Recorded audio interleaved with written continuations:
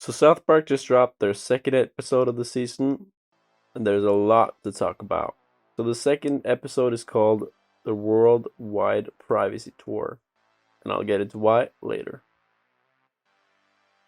Now this episode is divided into two separate stories that tangle at the end into each other.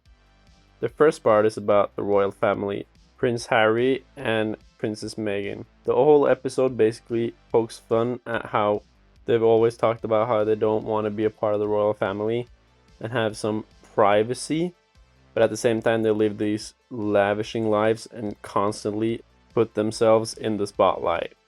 And of course, in South Park, they're Canadian because why wouldn't they be? The second part of the story is about Kyle.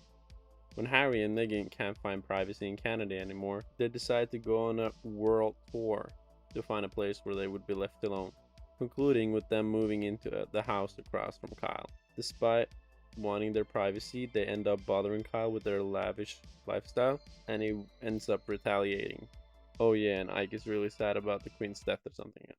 Because of this, he's not able to play video games anymore with the boys, and he feels like they don't want to hang out with him. Butters then tells him that he has to change his brand, which Butter has done at the, can't believe I have to say this, Hammer brand company.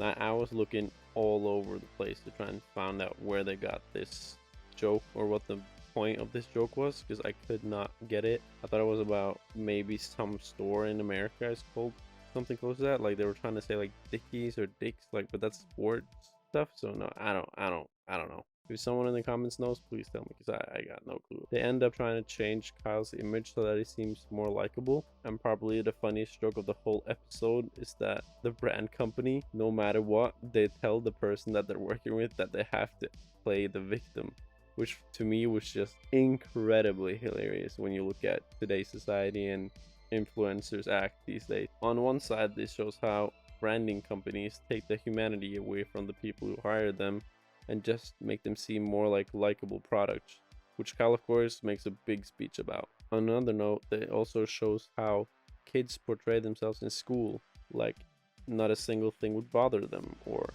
how they can handle way more than a kid ever should deal with, which to me was probably the best message of the whole episode. So to me, this wasn't the best episode. But don't get me wrong, that's kind of why I liked it too. Anyone who's a big fan of South Park know that they make episodes in only 7 days, and that has some downsides and some really big upsides. On the one side, they could make a really good episode about recent topics, and on the downside, they could make an episode that's not really the best way thought out or maybe executed the way that it should have been. I personally think it's the latter in this situation. And reality, let's be honest, as long as they don't keep making Integrity Farms episode, I am beyond happy. But for me, I just felt like the story about Harry and Meghan was a little boring because it seemed such a long time ago that this all happened. And the whole branding plotline, I wish that it would have been executed a little bit differently. One thing that was really funny to me was how Tolkien and Kyle in the first episode are really close friends, but then in the second episode it turns and now Stan and Tolkien are friends and Kyle feels left out.